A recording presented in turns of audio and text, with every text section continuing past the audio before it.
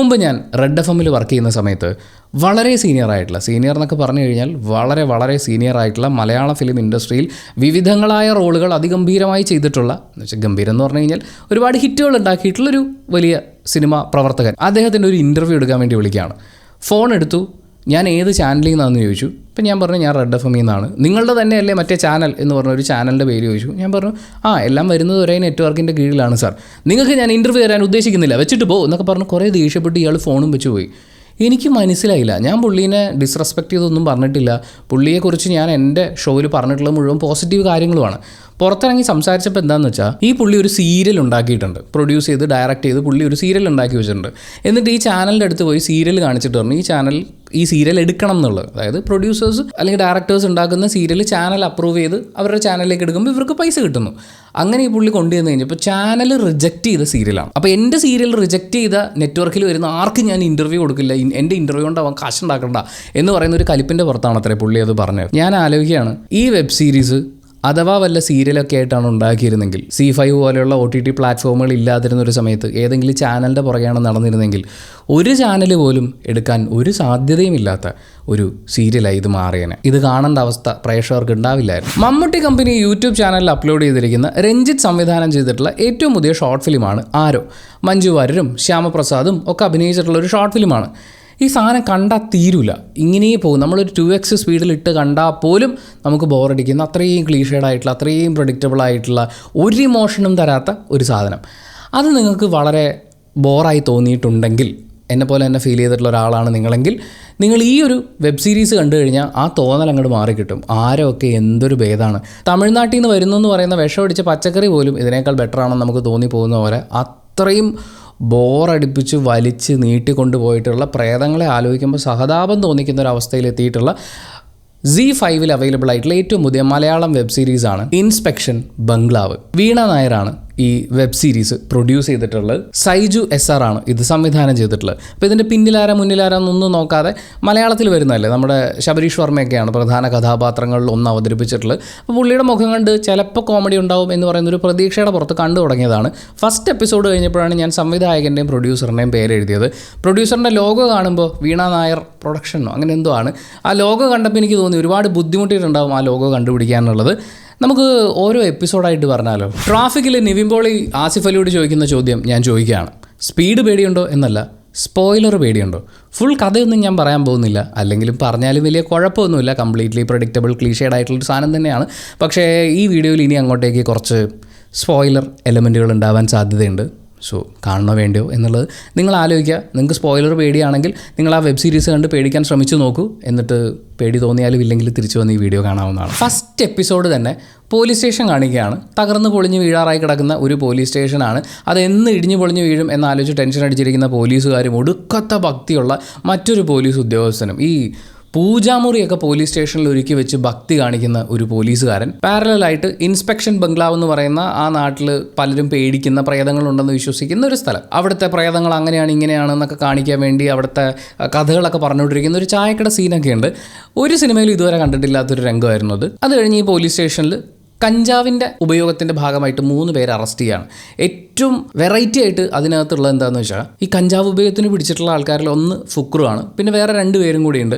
നല്ലോണം മുടി നീട്ടി വളർത്തിയിട്ടുള്ള ആളുകളെയൊക്കെ ഈ കേസിന് പിടിക്കുക എന്ന് പറയുന്ന ആ അൺപ്രഡിക്റ്റബിൾ സ്വഭാവം ഇവിടെ നമുക്ക് കാണാൻ പറ്റും. പിന്നെ അവന്മാരുടെ കുറേ കോമഡികളും ഡയലോഗുകളും ഒരുപാട് തമാശ പോലത്തെ ഡയലോഗുകൾ ഇവർ പറയുന്നുണ്ട്. നമ്മൾ ചിരിക്കണം എന്നാണ് അവർ ആഗ്രഹിക്കുന്നതെന്ന് തോന്നും, പക്ഷേ അത് നിങ്ങളുടെ വെറും ദുരാഗ്രഹമാണ് എന്നാണ് 7 എപ്പിസോഡും കഴിയുമ്പോൾ എനിക്ക് പറയാനുള്ളത്. ഒരു സീനിൽ പോലും കോമഡി പോലെ കാണിച്ചു കൂട്ടി വെച്ചിരിക്കുന്ന കാര്യങ്ങളിൽ ചിരി വരുന്നില്ല. കോമഡി പോട്ടെ, ഹൊറർ എന്ന് പറയുന്നൊരു സാധനം ഉണ്ടല്ലോ, പേടിപ്പിക്കാൻ പല ശ്രമങ്ങൾ ഇവർ നടത്തുന്നുണ്ട്. ഒന്നും എങ്ങും എത്താതെ പോകുന്നത് പോലെയാണ്. പ്രത്യേകിച്ച് ഇതിനകത്തൊരു മന്ത്രവാദിയുണ്ട്. പുള്ളിനെ നമ്മൾ ഓരോ സീനിൽ കാണുമ്പോഴും പുള്ളിയുടെ നെറ്റിയിലെ ലോഗോ മാറിക്കൊണ്ടിരിക്കും. ഒരു സമയത്ത് കറുത്തൊരു ബാർകോഡ് മാത്രമാണ് കാണുക, ചില സമയത്ത് ഒരു ചുവന്ന പൊട്ട് മാത്രം, ചിലപ്പോൾ ചുവന്ന പൊട്ടും അതിൻ്റെ കൂടെ 2 മഞ്ഞ ലൈനും ഒക്കെ ആയിട്ട് പുള്ളിയുടെ നെറ്റിയിലെ ലോഗോ ഇങ്ങനെ ഇടയ്ക്കിടയ്ക്ക് മാറി വന്നുകൊണ്ടിരിക്കും. ഇയാളുടെ പ്രത്യേകത IG പോലും ഇല്ലാത്ത അത്രയും പവറാണ്. കാരണം ഈ മന്ത്രവാദിയാണ് തീരുമാനിക്കുന്ന കേസ് അന്വേഷണം എങ്ങോട്ട് പോകണമെന്ന്.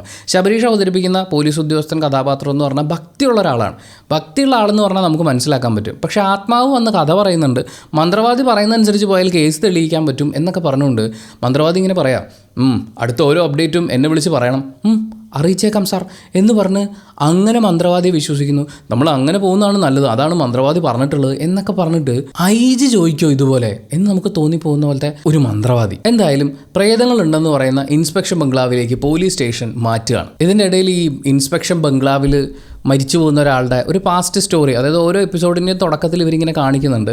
ആ പാസ്റ്റ് കാണിക്കാൻ വേണ്ടിയിട്ടുള്ള അവരുടെ കളർ ഗ്രേഡിംഗ് ഒക്കെ കണ്ടു കഴിഞ്ഞപ്പോൾ ഞാൻ ചെയ്യുമല്ലോ എന്നെനിക്ക് തോന്നിപ്പോയി ഇതിലും ബെറ്ററായിട്ട് എന്ന്. കാരണം ചുമ്മാ ഒരു റെഡ് കളർ സാധനം എടുത്ത് അങ്ങ് ഇട്ടേക്കുകയാണ്. ഇതിൽ കളറിങ് ചെയ്യുന്നതിന് ഇവർ ഫണ്ട് കൊടുത്തിട്ടുണ്ടോ എന്ന് സംശയം തോന്നിപ്പോയി. അത്രയും ബേസിക്കിലും താഴെ നിൽക്കുന്ന പോലെയാണ് എനിക്ക് ഫീൽ ചെയ്തത് ഇതിൻ്റെ ടോട്ടൽ വിഷ്വൽ പരിപാടികൾ. അപ്പോൾ അതിനകത്ത് ഈ മദ്യപിക്കുന്ന ആൾ മദ്യം എടുത്ത് ഗ്ലാസ്സിലേക്ക് ഒഴിക്കുകയാണ്. കുറച്ചും കൂടി സ്പീഡിൽ ഒഴിച്ചിരുന്നെങ്കിൽ അത് പതഞ്ഞ് പൊങ്ങി വരുന്നത് കാണാമായിരുന്നു. പെപ്സി ആണെന്ന് പറയേയില്ല. ഇനി എനിക്കറിയില്ല കേട്ടോ, ഒഴിച്ചു കഴിയുമ്പോൾ ഇങ്ങനെ പതഞ്ഞ് വരുന്ന ഏതെങ്കിലും മദ്യം ഉണ്ടോ എന്ന്. പിന്നെ ആൾക്കാരുടെ പേടിയാണ്. പേടി എന്നൊക്കെ പറഞ്ഞു കഴിഞ്ഞാൽ പേടി അഭിനയിക്കാൻ വേണ്ടിയിട്ട് ഇവർ എക്സ്ട്രാ കോച്ചിങ്ങിന് പോയതുപോലെയാണ് ഇവിടെ വന്ന് അതിൻ്റെ റിസൾട്ട് കാണിക്കുന്നത്. ഇതിൻ്റെ ഇടയിൽ ഇതിൽ കുറേ സീനുകൾ ഇത് വെബ് സീരീസ് ആക്കണം, അതുകൊണ്ട് ഇത്രയും ലെങ്ത്ത് നമുക്ക് കൂട്ടിയേ പറ്റൂ എന്ന് പറഞ്ഞ് കുത്തിത്തിരികി വെച്ചതുപോലെയാണ്. ബംഗാളി പണിക്കാരെ കൊണ്ടുവന്നാലുള്ള ലാഭത്തെക്കുറിച്ച് കുറച്ച് നാട്ടുകാർ വട്ടം കൂടി ഇരുന്ന് സംസാരിക്കുന്നത് വെച്ചാൽ പണിക്കാർ തന്നെ വർത്തമാനം പറഞ്ഞുകൊണ്ടിരിക്കുന്ന ഒരു സീനൊക്കെ ഉണ്ട്. ബംഗാളികളാവുമ്പോൾ അവന്മാർ നല്ലോണം പണിയെടുത്തോളും, അവന്മാർ കൂലി കുറച്ച് വാങ്ങിക്കുള്ളൂ എന്നൊക്കെ പറഞ്ഞ് ഇവരിങ്ങനെ സ്റ്റഡി ക്ലാസ് എടുക്കുകയാണ്. ഇതൊക്കെ ഏത് കാലത്ത് നടന്ന ചർച്ചയാണ്. എന്നിട്ടൊരു ഭയങ്കര കോമഡി സീനുണ്ട്. കോമഡി എന്നൊക്കെ പറഞ്ഞു കഴിഞ്ഞാൽ നമ്മൾ തലതല്ലി ചിരിച്ചു പോകും. അതായത് ഒരു MLA വന്നിട്ട് ഈ പോലീസ് സ്റ്റേഷൻ ഉദ്ഘാടനം ചെയ്യുകയാണ്. പോലീസ് സ്റ്റേഷനകത്ത് പ്രേതം ഉള്ളതുകൊണ്ട് ആരും അകത്തേക്ക് പോകുന്നില്ല എന്നുള്ളതാണ്. ആരാദ്യം പോലീസ് സ്റ്റേഷനകത്തേക്ക് കയറുമെന്ന് പോലീസുകാർക്ക് തന്നെ ടെൻഷൻ. പക്ഷേ ഇവരുടെ ഫയലും മേശയും കസേരയും എല്ലാം അകത്ത് എത്തിയിട്ടുണ്ട്. അപ്പോൾ ഈ ഫയലുകളൊക്കെ ഇവർ കൊടുത്തു വിടുമായിരുന്നു. പോലീസുകാരൊന്നും ഇത് മാനേജ് ചെയ്തിട്ടില്ലെങ്കിൽ നമുക്ക് തോന്നിപ്പോകും. പോട്ടെ, ഈ പോലീസ് സ്റ്റേഷൻ ഉദ്ഘാടനം ചെയ്യാൻ വേണ്ടിയിട്ട് ഇയാൾ കത്രിക വെക്കുന്ന സമയത്ത് ഇതിൻ്റെ വീഡിയോ എടുക്കാൻ ആൾ വന്നിട്ടുണ്ട്. പുള്ളി പുറത്ത് നിൽക്കുക. അകത്തുനിന്ന് പുറത്തേക്ക് നോക്കിയാലാണല്ലോ ഈ നാട മുറിക്കുന്നത് കിട്ടുള്ളൂ. പക്ഷേ അകത്ത് കയറാൻ പേടിയായതുകൊണ്ട് ക്യാമറമാൻ പുറകിൽ നിന്നിട്ടാണ് ഷൂട്ട് ചെയ്യുന്നത്. എല്ലാവരുടെയും ബാക്ക് ഷൂട്ട് ചെയ്തുകൊണ്ടിരിക്കുക. അപ്പോൾ MLA പറയുന്നുണ്ട്, മുഖം തന്നെ കിട്ടുമല്ലോ അല്ലേ എന്ന് പറഞ്ഞിട്ട് ഇത് കട്ട് ചെയ്യണേ. അപ്പോൾ കിട്ടും സാർ എന്നവൻ ഉറപ്പ് പറയുന്നുണ്ട്. ഈ തമാശയ്ക്ക് ചിരിക്കാൻ ഞാൻ പോസ് ചെയ്ത് വെച്ചിട്ട് കുറച്ച് സമയം ശ്രമിച്ചു നോക്കി, എനിക്ക് വന്നില്ല. അപ്പോഴാണ് ഞാനൊരു പ്രത്യേക കാര്യം ഓർത്തത്. അത് ZEE5 OTT പ്ലാറ്റ്ഫോമിനോടുള്ള എൻ്റെ വലിയൊരു റിക്വസ്റ്റാണ്. ഹോട്ട്സ്റ്റാറിൽ 1.5x നെറ്റ്ഫ്ലിക്സിൽ 2x ഉണ്ടെന്ന് തോന്നുന്നു. എന്തായാലും നിങ്ങൾ ആ ഒരു സൗകര്യം കൊണ്ടുവരേണ്ടതാണ്. ഒരു 2x 3x കൊണ്ടുവരാണെങ്കിൽ നമുക്കിത് പെട്ടെന്ന് കണ്ടു തീർക്കായിരുന്നു. പിന്നെ പോലീസുകാരുടെ പ്ലാനിങ് ഒക്കെയാണ്. നമ്മൾ ഈ പ്രേതമുള്ള പോലീസ് സ്റ്റേഷനിലാണല്ലോ, നമ്മൾ ഒറ്റയ്ക്ക് ഇങ്ങനെ ഈ പ്രേതത്തിന് അതിജീവിക്കുക. അതുകൊണ്ട് നമുക്ക് കുറച്ച് ഗുണ്ടകളെ അറസ്റ്റ് ചെയ്തുകൊണ്ട് വരാം. ഗുണ്ടകളും കൂടി ഉണ്ടാകുമ്പോൾ ഒരു ധൈര്യമാണ്. മുംബൈ പോലീസിൽ നിന്നാണോ നിങ്ങൾക്ക് ഈ ഐഡിയ കിട്ടിയത് എന്ന് ചോദിക്കാൻ തോന്നിപ്പോയി. എന്തായാലും പിറ്റേ ദിവസം ചാകാത്ത പോലീസുകാരെ അപ്രിഷ്യേറ്റ് ചെയ്യാൻ വേണ്ടി നാട്ടുകാരും മീഡിയയും ഒക്കെ വരുന്നു. പിന്നെ മന്ത്രവാദി വരുന്നു. മന്ത്രവാദി വരുമ്പോൾ മന്ത്രവാദിക്ക് ഈ ഹോമമൊക്കെ നടത്തി പ്രേതത്തിനൊക്കെ തളയ്ക്കാൻ പറ്റും. പക്ഷേ ഈ മരിച്ചു പോയവരുടെ റീസൺ എന്താണ്, അവരെന്തിനാണ് അവർ മരിച്ചത്, അല്ലെങ്കിൽ അവരുടെ ആഗ്രഹങ്ങൾ എന്തൊക്കെയായിരുന്നു എന്നൊക്കെ അറിഞ്ഞു വെക്കണം എന്ന് മന്ത്രവാദി ഉപദേശിക്കുകയാണ്. അതായത് കേസന്വേഷണം നടത്തണമെന്നുള്ളതാണ്. ഇതിൻ്റെ ട്രെയിലറൊക്കെ കാണുമ്പോൾ നമുക്ക് ഊഹിക്കാവുന്നേ ഉള്ളൂ. ഈ ആത്മാക്കൾ പ്രേതം എന്നൊക്കെ പറയുമ്പോൾ എന്തുകൊണ്ട് അവർ മരിച്ചു എന്നുള്ള കാരണം കണ്ടെത്തി അവർക്ക് ആത്മശാന്തി കൊടുക്കുക എന്ന് പറയുന്ന എല്ലാ പ്രേത സിനിമയിലും നമ്മൾ കണ്ടിട്ടുള്ള അതേ പരിപാടികളൊക്കെ തന്നെയാണ്. പക്ഷേ അങ്ങനെ ആത്മശാന്തി കിട്ടാൻ വേണ്ടിയിട്ടുള്ള പരിപാടി ചെയ്യാനാണെങ്കിൽ ഈ മന്ത്രവാദി ഇതിൻ്റെ ഇടയിൽ എന്തിനായിരുന്നു എന്നെനിക്ക് മനസ്സിലായില്ല. സെക്കൻഡ് എപ്പിസോഡ് കഴിയുമ്പോഴേക്കും നല്ല എത്നിക് ലുക്കിലുള്ള നമ്മുടെ പ്രേതം എൻ്റർ ചെയ്യുകയാണ്. പ്രേതം എൻ്റർ ചെയ്യുന്ന സമയത്ത് ഫസ്റ്റ് കാണിക്കുമ്പോൾ ഒരു ബ്രൗൺ കളർ പാൻറ്റാണ് ഇട്ടത്. ഒന്ന് തിരിഞ്ഞ് നടന്നു വരുമ്പോഴേക്കും ബ്രൗൺ കളർ പാൻറ്റ് വെള്ള പാൻറ്റായിട്ട് മാറും. ഭയങ്കരമായിട്ട് ഒരുപാട് ഡ്രസ്സിൻ്റെ കളക്ഷനുള്ള ഒരു ആത്മാവ് തന്നെ. അപ്പോഴാണ് ഞാൻ ഇതിൻ്റെ റേറ്റിംഗ് ശ്രദ്ധിച്ചത്. US 16+ ആണ്. 16 വയസ്സിൽ താഴെയുള്ളവർ ഈ വെബ് സീരീസ് കാണുമ്പോൾ വീട്ടുകാരോട് ചോദിച്ച് അനുവാദം വാങ്ങിച്ചിട്ടാണ് കാണേണ്ടത്. പിന്നെ ഓഫ് കോഴ്സ് ഇതിൻ്റെ പാസ്റ്റും കാര്യങ്ങളൊക്കെ ഉണ്ട്. ചന്ദനക്കടത്ത്, കൊലപാതകം, കേസ്, അന്വേഷണം, അങ്ങനെ ഏകദേശം 3ാമത്തെ എപ്പിസോഡാകുമ്പോൾ ഫ്ലാഷ് ബാക്ക് മുഴുവൻ നമുക്ക് മനസ്സിലായി. ഇത് എവിടെയാണ് ചെന്ന് എത്താൻ പോകുന്നതെന്നുള്ള സകലതും മനസ്സിലായി. എന്നിട്ട് ഓരോ എപ്പിസോഡിലും അതെന്തുകൊണ്ടായിരിക്കും, ഇതെന്തുകൊണ്ടായിരിക്കും എന്ന് അവരങ്ങോട്ടും ഇങ്ങോട്ടും അന്വേഷിക്കുകയാണ്. ഇതിൻ്റെ ഇടയിൽ പ്രേതവും കൂടി കേസന്വേഷണത്തിൽ ഭാഗമാവുന്നുണ്ട്. ഇത് നമ്മളോട് ചോദിച്ചാൽ നമ്മൾ പറഞ്ഞു കൊടുത്തേനെ. നിങ്ങൾക്ക് ഈ പരിപാടി നേരത്തെ നിർത്തിയാൽ നമുക്കും നേരത്തെ കണ്ടു തീർക്കായിരുന്നല്ലോ. അങ്ങനെ ഇവർ അന്വേഷിച്ച് അങ്ങനെ മുന്നോട്ട് പോയി പിൻഗാമിയുടെ ക്ലൈമാക്സിലേക്കാണ് ഈ സീരീസ് ചെന്നെത്തുന്നത്. ഇതിൻ്റെ ഇടയിൽ പ്രേതവും പോലീസും തമ്മിലുള്ള റൊമാൻസ് അടക്കമുള്ള കാര്യങ്ങൾ കുത്തിക്കയറ്റാനുള്ള നല്ല ശ്രമങ്ങൾ നടന്നിട്ടുണ്ട്. എന്തായാലും ഈ സിനിമയുടെ തിരക്കഥയിൽ വർക്ക് ചെയ്യുന്നതിനേക്കാൾ കൂടുതൽ ഫാൻ വർക്ക് ചെയ്യിപ്പിക്കാനാണ് അവർ സമയം സ്പെൻഡ് ചെയ്തതെന്ന് പിന്നെ നമുക്ക് തോന്നും. നമ്മുടെ നായിക കഥാപാത്രം എന്ന് വേണമെങ്കിൽ പറയാവുന്ന ക്യാരക്ടർ കാറ്റോട് കാറ്റാണ്. പ്രേതത്തിൻ്റെ പ്രസൻസ് മുഴുവൻ കാറ്റാണ്. കാറ്റ് കണ്ടാണ് സത്യത്തിൽ ഈ പോലീസുകാരും നാട്ടുകാരും ഒക്കെ പേടിക്കുന്നത്. പിന്നെ ഇതിൻ്റെ ഇടയിൽ ഇതിൻ്റെ പ്രൊഡ്യൂസർ വീണ നായരോട് പറയാനുള്ളത്, നിങ്ങൾക്ക് ഇമ്മാതിരി അന്ധവിശ്വാസമൊക്കെ പ്രചരിപ്പിക്കാനാണെന്നുണ്ടെങ്കിൽ ഒരു ഫേസ്ബുക്ക് ലൈവ് ഇട്ടാൽ പോരെ. ഇത് അതുപോലെ വെള്ളം തൊടാതെ വിശ്വസിക്കുന്ന കുറച്ച് വിവരമില്ലാത്തവരെ കാണുള്ളൂ. മെഡിക്കൽ കോളേജിലേക്ക് ഡൊണേറ്റ് ചെയ്തിരിക്കുന്ന സ്വന്തം ശരീരം, ആ ശരീരം ദഹിപ്പിക്കാതെ അതിലത്തെ ആത്മാവിന് ശാന്തി കിട്ടില്ല. അപ്പോൾ ആ ആത്മാവ് അവിടെ ഇങ്ങനെ അലഞ്ഞിരിഞ്ഞ് നടന്നിട്ട് അവിടെയുള്ള ഏതെങ്കിലും ഒരു മനുഷ്യൻ്റെ ശരീരം കിട്ടി അതിലേക്ക് കയറാൻ കാത്തിരിക്കുകയാണ് എന്ന രീതിയിലുള്ളൊരു സാധനം ഇതിൻ്റെ അകത്തുണ്ട്. ഈ മെഡിക്കൽ കോളേജിൽ പിള്ളേർ പഠിച്ചുകൊണ്ടിരിക്കുന്ന ബോഡിക്കൊക്കെ ആത്മാവുണ്ടെന്നും ആ ആത്മാവ് തരം കിട്ടിയാൽ ഈ പിള്ളേരുടെയൊക്കെ ദേഹത്ത് കയറുമെന്നൊക്കെ പറയുന്ന സാധനങ്ങളൊക്കെ നിങ്ങൾക്ക് എന്ത് അടിസ്ഥാനത്തിലാണ് അപ്രൂവ് ചെയ്യാൻ തോന്നിയെന്ന്. ഇതൊക്കെ എത്രയോ വർഷങ്ങൾക്ക് മുമ്പ് വിനയം ചെയ്ത് കഴിഞ്ഞാൽ നമ്മൾ അതിനെ കുറ്റം പറയായിരുന്നു. പുള്ളി പോലും ഇപ്പോൾ ഈ സാധനമൊന്നും എടുത്തുകൊണ്ട് വരില്ല. പിന്നെ വില്ലന്മാരെ കാണിക്കുകയാണ്. ശരിക്കും പറഞ്ഞാൽ ഒരു 2 വർഷം മുമ്പുള്ള, അതായത് ഈ സിനിമയെ കാണിക്കുന്ന വില്ലന്മാരില്ലേ, ഇവരുടെ ഒരു പാറ്റേൺ ഒരു 2 കൊല്ലവും കൂടി മുമ്പത്തെ ആയിരുന്നെങ്കിൽ മറ്റേ കൈ രണ്ടും ഇങ്ങനെ വെച്ചിട്ട് ഈ സ്ട്രൈപ്സ് ഉള്ള ടീഷർട്ട് ഇട്ട് എന്നൊക്കെ പൊട്ടിച്ചിരിക്കുന്ന വില്ലന്മാരായി പോയേനെ. അത്രയും കാലപ്പഴക്കം ചെന്ന വില്ലന്മാർ, വില്ലത്തരങ്ങൾ, ഇതൊക്കെ നമ്മൾ കണ്ടുകൊണ്ടിരിക്കണം. തീർന്നിട്ടില്ല. ഈ വില്ലന്മാരുടെ പരിപാടി തുടങ്ങുമ്പോൾ 6ാമത്തെ എപ്പിസോഡ് ആയിട്ടേ ഉള്ളൂ. അത് തീർന്നിട്ട് വേണം 7ാമത്തെ എപ്പിസോഡിൽ ഇവരെയൊക്കെ കൊന്നു തീർക്കാൻ. ഇതിൻ്റെ ഇടയിൽ ആ മന്ത്രവാദി വൻ കോമഡിയാണ്. പുള്ളി പറയാ പൂജയൊക്കെ നടത്തി ഞാൻ ആത്മാക്കളെയൊക്കെ ഒഴിപ്പിച്ചു തരും, പക്ഷേ കേസ് ജയിച്ചു കഴിഞ്ഞാലേ പൂജ കൊണ്ട് ഫലം ഉണ്ടാവുള്ളൂ. അപ്പം പിന്നെ കേസ് തെളിയിച്ചാൽ പോരെ, തൻ്റെ വല്ല ആവശ്യമുണ്ടോ? 7ാമത്തെ എപ്പിസോഡാകുമ്പോൾ പുള്ളി പൂജയാണ്, വൻ പൂജ. ഈ പൂജയൊക്കെ ചെയ്ത് പുള്ളി ആത്മാക്കളെ തളയ്ക്കുമ്പോഴേക്കും ആത്മാക്കൾക്ക് കൊല്ലാനുള്ളതിനൊക്കെ കൊന്നു തീർക്കുന്നുണ്ട്. പിന്നെ എന്തിനാണോ താൻ പൂജ നടത്താൻ വന്നത്? പക്ഷേ ഈ പറയുന്ന അന്ധവിശ്വാസങ്ങൾ പ്രചരിപ്പിക്കുന്ന ആളുകളെ കൊണ്ടുള്ള അല്ലെങ്കിൽ അവർക്കുള്ള ബെനിഫിറ്റ് എന്താണെന്ന് ചോദിച്ചു കഴിഞ്ഞാൽ, ഈ സിനിമയിൽ അമേരിക്കയിൽ നിന്ന് വരുന്ന കോടീശ്വരൻ ഒരുപാട് പഴക്കം ചെന്ന ഒരു പഴയ രജിസ്ട്രേഷൻ ഇന്നോവ കാറിലാണ് വരുന്നത്. പക്ഷേ ഈ മന്ത്രവാദി പൂജ നടത്താൻ വേണ്ടി വരുന്നത് S-ക്ലാസ് ബെൻസിലാണ്. പ്രേതങ്ങളെ കാണുമ്പോൾ നെട്ടോട്ടമോടുന്ന ഗുണ്ടകൾ, വില്ലന്മാരെ കൊല്ലാൻ വേണ്ടി കിടന്നോടുന്ന പ്രേതങ്ങൾ.